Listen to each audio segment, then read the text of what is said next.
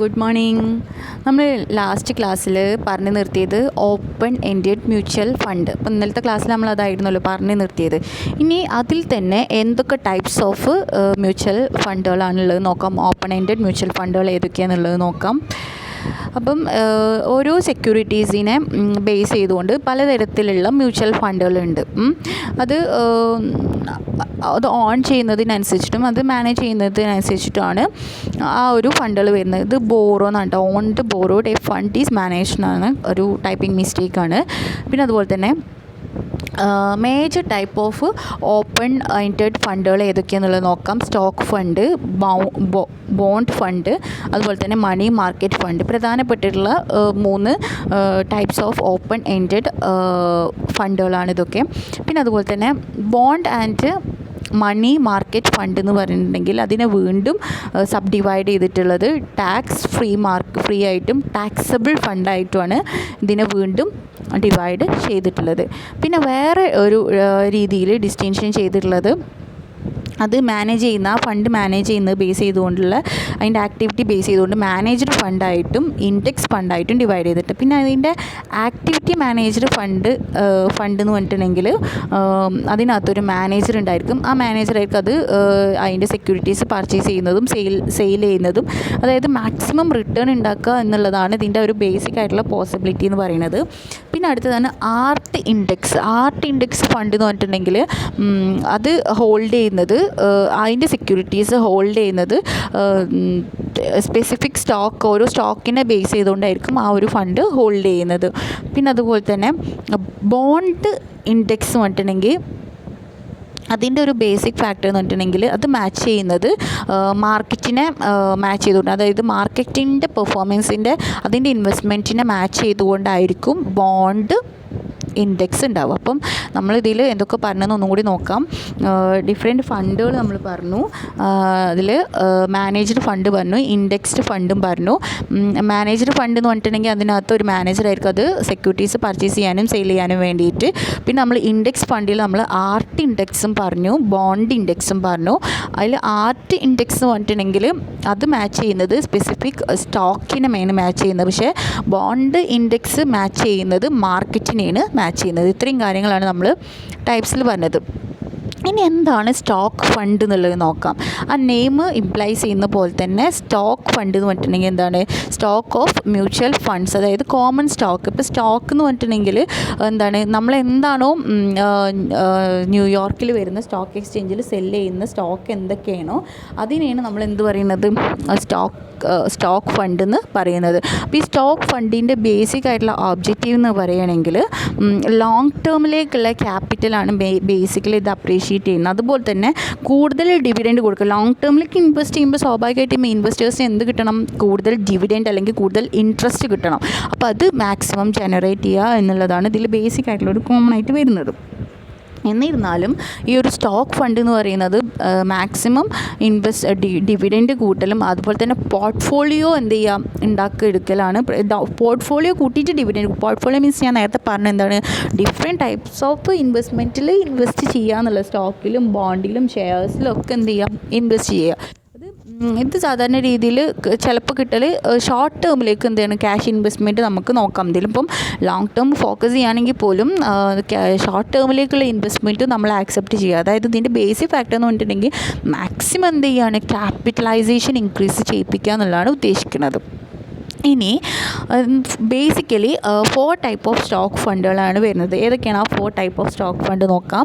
Large cap, mid cap, small cap, international. ഇതാണ് 4 തരത്തിലുള്ള stock ഫണ്ടുകൾ. അപ്പം ലാർജ് ക്യാപ്പ് എന്ന് പറഞ്ഞിട്ടുണ്ടെങ്കിൽ ഇതിൻ്റെ പ്രൈമറി ഇൻവെസ്റ്റ്മെൻറ്റ് എന്ന് പറയുന്നത് ബ്ലൂ ചിപ്പ് കമ്പനീസാണ്.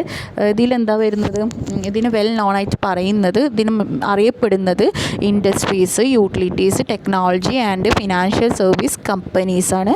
പ്രധാനമായിട്ട് ഇതിൽ വരുന്ന ലാർജ് മാർക്കറ്റ് ക്യാപിറ്റലൈസേഷൻ പറയുന്നത് ഇതിൻ്റെ റിസ്ക് കമ്പാരിറ്റീവ്ലി സ്മോളറിനേക്കാളും കുറവായിരിക്കും. അടുത്ത് മിഡ് ക്യാപ്പാണ്. മിഡ് ക്യാപ്പിൽ പ്രൈമറി ഇൻവെസ്റ്റ്മെൻറ്റ് എന്ന് പറയുന്നത് കമ്പനീസാണ്. അവർ എന്താണ്, ഈ ലാർജ് ക്യാപ്പിനേക്കാളും കുറച്ച് കുറവ് ക്യാപിറ്റലൈസേഷൻ ചെയ്യുന്നതാണ് മിഡ് ക്യാപ്പിൽ വരുന്നത്. മിഡ് ക്യാപ്പ് മീൻസ് ക്യാപിറ്റലൈസേഷൻ ആണ് കേട്ടോ. മിഡ് ക്യാപ്പിൽ ജനറലി റിസ്ക് എന്താണ് ലാർജ് ക്യാപ്പിനേക്കാളും കുറച്ച് കൂടുതലായിരിക്കും, പക്ഷേ റിട്ടേൺസ് എന്തായിരിക്കും കൂടുതലായിട്ട് കിട്ടും, മറ്റേതിനേക്കാളും റിട്ടേൺസ് കൂടുതലായിരിക്കും. പിന്നെ സ്മോൾ ക്യാപ്പ് എന്ന് പറഞ്ഞിട്ടുണ്ടെങ്കിൽ ഇതിൻ്റെ പ്രൈമറി ഇൻവെസ്റ്റ്മെൻറ്റ് എന്ന് പറയുന്നത് എമേർജിങ് കമ്പനീസിലാണ്. എമേർജിങ് പുതുതായിട്ട് വന്നിട്ടുള്ള കമ്പനീസാണ് ഇതിൽ പ്രധാനമായിട്ടും ഇൻവെസ്റ്റ്മെൻറ്റ് ചെയ്യുന്നത്. ഇതിനകത്ത് ഫ്യൂച്ചർ ഗ്രോത്ത് അല്ലെങ്കിൽ പ്രോഫിറ്റ് എന്ന് പറയുന്നത് കുറച്ചും കൂടി ഹൈ ലെവലിലായിരിക്കും ഉണ്ടാവുക. ഫ്യൂച്ചറിലേക്ക് ഗ്രോത്തും പ്രോഫിറ്റും കൂടുതലായിരിക്കും ഇതിനകത്ത് ഉണ്ടാവുക. പിന്നെ ഇതിൻ്റെ റിസ്ക് നമ്മൾ ലാർജർ ക്യാപ്പിനെ കമ്പയർ ചെയ്യുന്ന സമയത്ത് കൺസിഡറബിളി കുറച്ചും കൂടി റിസ്ക്കി ആയിട്ടുള്ളതായിരിക്കും. പിന്നെ അതുപോലെ തന്നെ ഇതിൻ്റെ എക്സ്പെക്റ്റേഷൻ അതേപോലെ തന്നെ മറ്റേതിനേക്കാളും കുറച്ചും കൂടി ഹയർ റിട്ടേൺസ് കിട്ടും. പിന്നെ സ്മോൾ ക്യാപ്പ് ഫണ്ട് എന്ന് പറഞ്ഞിട്ടുണ്ടെങ്കിൽ ബേസിക്കലി സബ്ജക്റ്റ് ടു ഗ്രേറ്റർ വോളാറ്റിലിറ്റിയാണ് than those in other asset categories. ഇതിൻ്റെ വോളാറ്റിലിറ്റി എന്താണ് കുറച്ചും കൂടി കമ്പാരിറ്റീവ്ലി ഗ്രേറ്റർ ആണ് മറ്റുള്ള അസറ്റ്സിനേക്കാൾ വെച്ച് നോക്കും. നമുക്ക് ട്രാൻസ്ഫർ ചെയ്യാനൊക്കെ കുറച്ചും കൂടി ഈസി ആയിരിക്കും. അടുത്ത ഇൻ്റർനാഷണൽ. ഇതിൽ പ്രൈമറി ഇൻവെസ്റ്റ്മെൻറ്റ് എന്ന് പറഞ്ഞിട്ടുണ്ടെങ്കിൽ ഫോറിൻ എക്സ്ചേഞ്ചിലാണ് ഇൻവെസ്റ്റ് ചെയ്യുന്നത്. പക്ഷേ ഇത് പർച്ചേസ് ചെയ്യുന്നത് യുണൈറ്റഡ് സ്റ്റേറ്റ്സിലാണ് വരുന്നത്. അപ്പം അതായത് US ഫണ്ട് കമ്പനീസാണ് പ്രധാനമായിട്ടും ഇതിൽ ഇത് പർച്ചേസ് ചെയ്യുന്നത്. അപ്പോൾ ഈ ഇൻ്റർനാഷണൽ ഫണ്ട് എന്ന് പറഞ്ഞിട്ടുണ്ടെങ്കിൽ അഡീഷണൽ റിസ്ക് ആണ് വരുന്നത്. അതായത് കറൻസി ഫ്ലക്ച്വേഷൻ ഉണ്ടായിരിക്കും, അതുപോലെ തന്നെ പൊളിറ്റിക്കൽ ഇൻസ്റ്റെബിലിറ്റി, അതുപോലെ തന്നെ ഇല്ലിക്വിഡിറ്റി മാർക്കറ്റ്. ഇപ്പോൾ ഇതൊക്കെ ഇതിൽ വരുന്ന റിസ്ക്കുകളാണ്. നമുക്ക് കറൻസിൻ്റെ വില കൂടുമ്പോൾ കുറയുമ്പോഴൊക്കെ എന്താണ് ഇതൊക്കെ എന്ത് ചെയ്യുന്നുണ്ട്, ഈ ഒരു ഇൻ്റർനാഷണൽ ഇൻവെസ്റ്റ്മെൻറ്റിൻ്റെ സംബന്ധിച്ചിടത്തോളം പല റിസ്ക്കുകൾ നമ്മൾ എന്ത് ചെയ്യേണ്ടി വരും, ഏറ്റെടുക്കേണ്ടി വരും. പക്ഷേ നമുക്ക് എന്താണ് ഇൻ്റർനാഷണൽ ആയിട്ടുള്ള ഒരു കമ്പനിയിൽ ഇൻവെസ്റ്റ് ചെയ്യാനുള്ളൊരു US റിലേറ്റഡ് കമ്പനിയിൽ ഇൻവെസ്റ്റ് ചെയ്യാനുള്ളൊരു പോസിബിലിറ്റി എന്താണ് നമുക്ക് കിട്ടും. അപ്പോൾ നമ്മൾ ഇനി അടുത്ത് നോക്കാം ബോണ്ട് ഫണ്ട്. ബോണ്ട് ഫണ്ട് എന്ന് പറഞ്ഞിട്ടുണ്ടെങ്കിൽ ഇതുപോലെ തന്നെ പലതരത്തിലുള്ള ബോണ്ട് ഫണ്ട് വരുന്നുണ്ട്. അതായത് കോർപ്പറേഷൻസിൻ്റെ, മുനിസിപ്പാലിറ്റീൻ്റെ, പിന്നെ ഗവൺമെൻറ്റിൻ്റെ ഒക്കെ ആയിട്ടുള്ള ഡിഫറെൻ്റ് ആയിട്ടുള്ള ബോണ്ട് ഫണ്ടുകൾ വരുന്നുണ്ട്. അപ്പോൾ ബോണ്ട് ഫണ്ട് എന്ന് പറഞ്ഞിട്ടുണ്ടെങ്കിൽ ബേസിക്കലി ഇൻവെസ്റ്റേഴ്സിന് വേണ്ടിയിട്ട്, അതായത് അവരെ ഇൻകം ഇൻക്രീസ് ചെയ്യാൻ വേണ്ടിയിട്ട്, അതുപോലെ തന്നെ ക്യാപിറ്റൽ ഗെയിൻ ചെയ്യാൻ വേണ്ടിയിട്ട് ഡിസൈൻ ചെയ്തിട്ടുള്ളതാണ് ബേസിക്കലി ബോണ്ട് ഫണ്ട് എന്ന് പറയുന്നത്. ഈ ബോണ്ട് ഫണ്ടിനകത്ത് ക്യാപിറ്റൽ ഗെയിൻ ചെയ്യുക, അതുപോലെ തന്നെ ഡെപ്റ്റ് ഫണ്ടുകൾ ഇൻക്രീസ് ചെയ്യുക എന്നുള്ളതാണ് ബേസിക് ഉദ്ദേശം. അപ്പോൾ ബോണ്ട് ഫണ്ട് എന്ന് പറഞ്ഞിട്ടുണ്ടെങ്കിൽ മ്യൂച്വൽ ഫണ്ടൊക്കെയാണ് പ്രധാനമായിട്ടും ഈ ഇൻവെസ്റ്റ്മെൻറ്റ് വെഹിക്കിളിൽ വരുന്നത്. അതായത് ഇൻവെസ്റ്റ്മെൻറ്റിൽ ഏറ്റവും കൂടുതൽ പ്രിഫർ ചെയ്യുന്ന ബോണ്ട് ഫണ്ട് എന്ന് പറഞ്ഞിട്ടുണ്ടെങ്കിൽ മ്യൂച്വൽ ഫണ്ടാണ് വരുന്നത് എന്നാണ് ഉദ്ദേശിച്ചത്. പിന്നെ അതുപോലെ തന്നെ ഇതിനകത്ത് ഇൻവെസ്റ്റേഴ്സിനെ സംബന്ധിച്ചിടത്തോളം അവർക്ക് അവരുടെ റിസ്ക് കുറച്ചും കൂടി ലെസ് ആയിരിക്കും.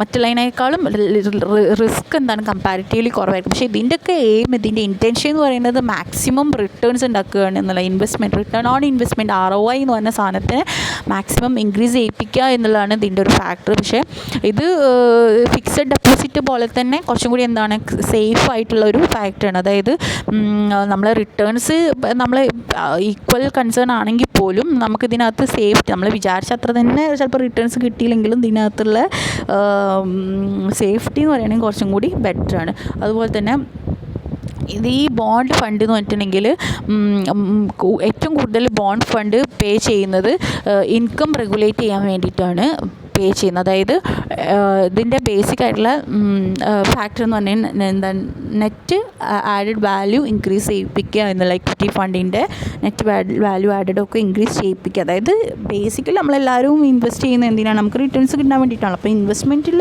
റിട്ടേൺസ് മാക്സിമം ഇൻക്രീസ് ചെയ്യിപ്പിക്കുക എന്നുള്ളതാണ് ഈ ഒരു ബോണ്ട് ഫണ്ടിൻ്റെ ഉദ്ദേശം. അടുത്താണ് money market fund. Money market fund എന്ന് പറഞ്ഞിട്ടുണ്ടെങ്കിൽ അത് ഷോർട്ട് ടേമിലേക്കുള്ള ഇൻവെസ്റ്റ്മെൻറ്റ്, അതായത് ട്രഷറി ബില്ല് അങ്ങനത്തെ ഒക്കെ രീതിയിലുള്ള അതിൻ്റെ ഇൻവെസ്റ്റ്മെൻറ്റ് ബേസിക്കലി ഷോർട്ട് ടേം സെക്യൂരിറ്റീസിലാണ് ഈ മണി മാർക്കറ്റ്. നമ്മൾ നേരത്തെ പഠിച്ച ചാപ്റ്ററാണ് കേട്ടോ മണി മാർക്കറ്റ് ഇൻവെസ്റ്റ്മെൻറ്റ് ബേസിക്കലി ചെയ്യുന്നത്. അത് ബാങ്കിലൊക്കെ സേവിങ്സ് അക്കൗണ്ട് പോലെയൊക്കെ ഇടുക, അതൊക്കെയാണ് ബേസിക്കലി ഇവിടെ ഉദ്ദേശിക്കുന്നത്. പ്രത്യേകിച്ച് എന്താണ് സ്റ്റേറ്റ് ടാക്സ് അല്ലെങ്കിൽ ഫ്രീഡം ഓഫ് ഫെഡറൽ ഒക്കെയാണ് സാധാരണ രീതിയിൽ ഇത് ചെയ്യുന്നത്. പിന്നെ ഈ മണി മാർക്കറ്റ് എന്ന് പറഞ്ഞിട്ടുണ്ടെങ്കിൽ മണി മാർക്കറ്റിൽ എന്ത് വരുന്നുണ്ട്, മ്യൂച്വൽ ഫണ്ട് ഡിസൈൻ ചെയ്തിട്ടുണ്ട്.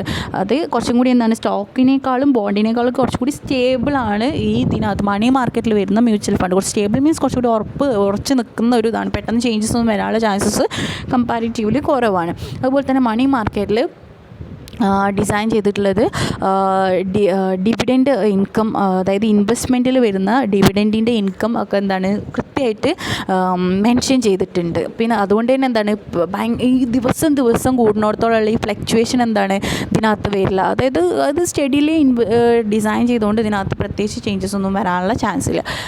അപ്പോൾ ഇതൊക്കെയാണ് ഓപ്പൺ എൻഡഡിൽ നമ്മൾ പറഞ്ഞത്. ലാസ്റ്റ് ക്ലാസ്സിൽ നമ്മൾ ജസ്റ്റ് ഇൻട്രൊഡക്ഷൻ പറഞ്ഞു. ഇപ്പോൾ ഇതോട് കൂടിയിട്ട് ഓപ്പൺ എൻഡഡ് നമ്മളിവിടെ ഫിനിഷ് ചെയ്യാണ്. ഇനി നെക്സ്റ്റ് ക്ലോസ് എൻഡഡ് സ്കീംസ് എന്തൊക്കെയാണെന്നുള്ളത് നോക്കാം. ഓപ്പൺ എൻഡഡ് നിങ്ങൾക്ക് ഓർമ്മ ഉണ്ടെന്ന് വിചാരിക്കണം. എപ്പോൾ വേണമെങ്കിലും എൻ്റർ ചെയ്യാം, എപ്പോൾ വേണമെങ്കിലും പോവാം എന്നൊക്കെ പറഞ്ഞിട്ട് കുറച്ചുകൂടി ലിബറൽ ആയിട്ടുള്ള രീതിയിലാണ് നമ്മൾ ഓപ്പൺ എൻഡഡ് സ്കീംസിനെ മെൻഷൻ ചെയ്തത്. ഇനി ക്ലോസ് എൻഡഡ് സ്കീംസ് എന്തൊക്കെയാണെന്നുള്ളത് നോക്കാം.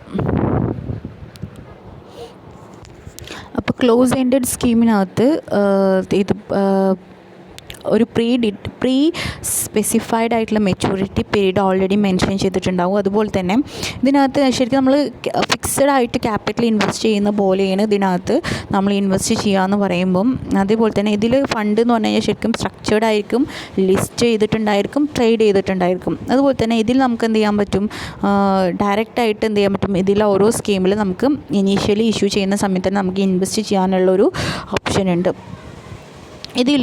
അതുപോലെ തന്നെ ഈ സ്കീമിൽ 2 രീതിയിലാണ് എക്സിറ്റ് ചെയ്യാനുള്ള ഓപ്ഷൻ വരുന്നത്. അതായത് ഇനീഷ്യൽ ഓഫർ പീരീഡിൽ ക്ലോസ് ചെയ്യുന്നതിന് മുന്നേ എക്സിറ്റ് ചെയ്യാൻ പറ്റും. അതുപോലെ തന്നെ ഇൻവെസ്റ്റേഴ്സിന് എന്ത് ചെയ്യാൻ പറ്റും, ഇതിനകത്ത്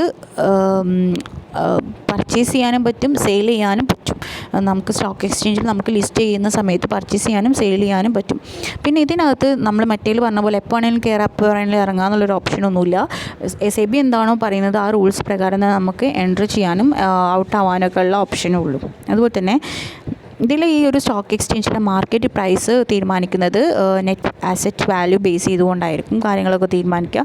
സപ്ലൈയും എക്സ്പെക്റ്റേഷനും സിറ്റുവേഷനൊക്കെ നമുക്ക് തോന്നുന്ന വില ഒന്നും എന്ത് ചെയ്യാൻ പറ്റില്ല, ഇടാൻ പറ്റില്ല. അപ്പം ഇതിനകത്ത് കറക്റ്റായിട്ട് എന്താണ് സ്പെസിഫിക് പീരീഡിനുള്ളിൽ തന്നെ റീപർച്ചേസ് ചെയ്യണം, അങ്ങനത്തെ കാര്യങ്ങളൊക്കെ ഉണ്ടായിരിക്കും. അത് ബേസ് ചെയ്തുകൊണ്ടായിരിക്കും ഇതെല്ലാം ചെയ്യുന്നത്.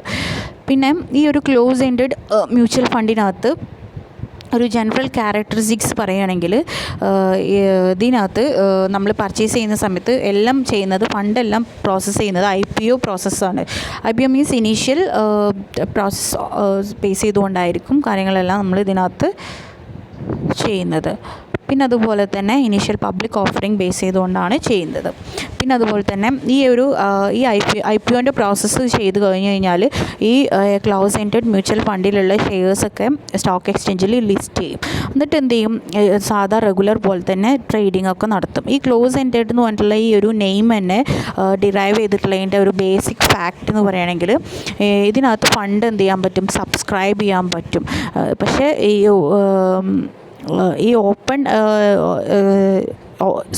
സബ്സ്ക്രൈബ് ചെയ്യാൻ പറ്റും. എപ്പോഴാണോ ഒരു പീരീഡ് പറയുന്നത് ആ സമയത്ത് നമുക്ക് എന്ത് ചെയ്യാൻ പറ്റുള്ളൂ, ഇത് സബ്സ്ക്രൈബ് ചെയ്യാൻ പറ്റുള്ളൂ.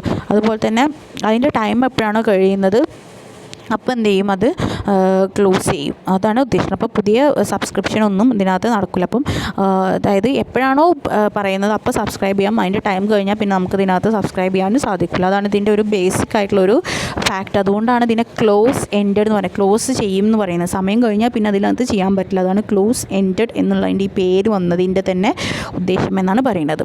ഇനി ഈ ഒരു ഓപ്പൺ എൻഡഡും ക്ലോസ് എൻഡഡും തമ്മിലുള്ള ഒരു ഡിഫറൻസ് എന്താണെന്നുള്ളത് നോക്കാം. ഒരു കീ ഡിഫറൻസ് പറയുകയാണെങ്കിൽ ഇതിൻ്റെ ഔട്ട്സ്റ്റാൻഡിങ് ആയിട്ടുള്ള ഷെയർസ്, ഓപ്പൺ എൻഡ് ഫണ്ടിലുള്ള ഷെയർസ് എന്താണ് വേരി ചെയ്തുകൊണ്ടേ നിൽക്കും, പക്ഷേ ഓരോ ദിവസം കൂടുന്നു. പക്ഷേ ക്ലോസ് എൻഡിൽ എന്താണ് ഒരു ഫിക്സഡ് ആയിട്ടുള്ള രീതിയിലായിരിക്കും ഉണ്ടാവുക. പിന്നെ അതുപോലെ തന്നെ ഓപ്പൺ എൻഡിൽ പുതിയ ഷെയർസും അതുപോലെ റീപർച്ചേസിങ്ങും കാര്യങ്ങളൊക്കെ എന്താണ് കുറച്ചും കൂടി ഈസി ആയിട്ട് റെഡീം ചെയ്യാനൊക്കെ പറ്റും. പക്ഷേ ക്ലോസ് എൻഡിൽ എന്താണ് അത് പറ്റില്ല. അതായത് നമുക്ക് ഷെയറും കാര്യങ്ങളൊക്കെ നമുക്ക് വിചാരിക്കുന്ന രീതിയിൽ തന്നെ റെഡീം ചെയ്യാനൊന്നും പോസിബിൾ അല്ല. അപ്പോൾ തന്നെ ക്ലോസ് എൻഡഡിൽ ഫിക്സഡ് ആയിരിക്കും ഷെയർസും ഡിബെഞ്ചേഴ്സും കാര്യങ്ങളൊക്കെ എന്താണ് കുറച്ചും കൂടി ഫിക്സഡ് ആയിട്ടായിരിക്കും ഉണ്ടാവും. പക്ഷേ ഓപ്പൺ എൻഡഡിൽ കുറച്ചും കൂടി പോപ്പുലർ ആയിട്ടുള്ള രീതിയിലായിരിക്കും ഇൻവെസ്റ്റേഴ്സിന് കാര്യങ്ങളെല്ലാം ചെയ്തു കൊടുക്കുക. അത് ഞാൻ നേരത്തെ പറഞ്ഞ ഡിഫറൻസിൽ തന്നെ പറഞ്ഞത്. പിന്നെ അതുപോലെ തന്നെ ഓപ്പൺ എൻഡഡിൽ എന്ന് പറഞ്ഞിട്ടുണ്ടെങ്കിൽ നമുക്കൊക്കെ പാർട്ടിസിപ്പേറ്റ് ചെയ്യാൻ പറ്റും. അതിന് നല്ല ഫ്ലെക്സിബിലിറ്റി ഉള്ളതുകൊണ്ട് തന്നെ കുറച്ചും കൂടി എപ്പോൾ വേണമെങ്കിലും വാങ്ങാൻ ഇതാക്കാൻ പറ്റും. പക്ഷേ ക്ലോസ് എൻഡഡിൽ എന്ന് പറഞ്ഞിട്ടുണ്ടെങ്കിൽ കുറച്ചും കൂടി വൊളാറ്റൈലായിരിക്കും, കുറച്ചും കൂടി സ്ട്രിക്റ്റ് ആയിട്ടുള്ള കാര്യങ്ങളായിരിക്കും. ശരിക്കും ഒരു ഇൻഡിവിജ്വൽ സ്റ്റോക്ക് പോലെ തന്നെ നമുക്ക് അതിൽ ബിഹേവ് ചെയ്യാൻ പറ്റുള്ളൂ. പിന്നെ അതുപോലെ തന്നെ ഓപ്പൺ എൻഡഡിൽ വരുന്ന സമയത്ത് അത് കുറച്ചും കൂടി ആദ്യത്തെ മാനേജേഴ്സൊക്കെ കുറച്ചും കൂടി ഡൈനാമിക് ആയിരിക്കും. പക്ഷേ അതായത് അവരുടെ ടാസ്കും കാര്യങ്ങളൊക്കെ കുറച്ചും കൂടി ഈസി ആയിട്ടായിരിക്കും പെർഫോം ചെയ്യുക. പക്ഷേ ഈ CFCയിൽ വരുന്ന, അതായത് ക്ലോസ് എൻഡഡിൽ വരുന്ന സമയത്ത് അതിലത്തെ മാനേജേഴ്സ് കുറച്ചും കൂടി ടാസ്ക് കുറച്ചും കൂടി ഓറിയൻറ്റഡ് ആയിട്ടായിരിക്കും. CEFC means close ended fund എന്നാണ് ഉദ്ദേശിച്ചിട്ടുള്ളത് കേട്ടോ. അതുപോലെ തന്നെ ഈ CFCയിലുള്ള ഇൻവെസ്റ്റേഴ്സിന് വരുന്ന സമയത്ത് അവർ റിട്ടേൺസ് ഒക്കെ കുറച്ചും കൂടി ഈസി ആയിട്ട് കാൽക്കുലേറ്റ് ചെയ്യാൻ പറ്റും. അതുപോലെ തന്നെ അവരെ കോസ്റ്റ് എത്രയെന്നുള്ളത് അറിയാൻ, അതിൻ്റെ റെഡീം വാല്യൂ ഒക്കെ കൃത്യമായിട്ട് ഇൻവെസ്റ്റേഴ്സിന് അറിയാൻ പറ്റും. പക്ഷേ ഓപ്പൺ എൻഡഡ് ഫണ്ടിൽ എന്ന് പറഞ്ഞിട്ടുണ്ടെങ്കിൽ ഇതൊന്നും അത്ര ഈസി ആയിട്ട് പോസിബിൾ അല്ല. കാരണം അതിനകത്ത് റീപർച്ചേസിൻ്റെ പ്രൈസൊക്കെ ഡെയിലി മാറിക്കൊണ്ടേയിരിക്കും. പിന്നെ ഈ ഓപ്പൺ എൻഡഡ് ഫണ്ടിനകത്ത് ലിക്വിഡിറ്റി കുറച്ചും കൂടി കൂടുതലായിരിക്കും. പക്ഷേ അതിൻ്റെ റിട്ടേൺസ് കമ്പാരിറ്റീവ്ലി ക്ലോസ് എൻഡിനേക്കാളും കമ്പാരിറ്റീവ്ലി ചിലപ്പോൾ കുറവാകാനുള്ള ചാൻസ് ഉണ്ട്. അപ്പോൾ ഇതൊക്കെയാണ് ഇതിൻ്റെ ഡിഫറൻസ് എന്ന് പറയുന്നത്. ഇനി നമുക്ക് നെക്സ്റ്റ് ടോപ്പിക്കിലേക്ക് പോവാം. ഓക്കെ.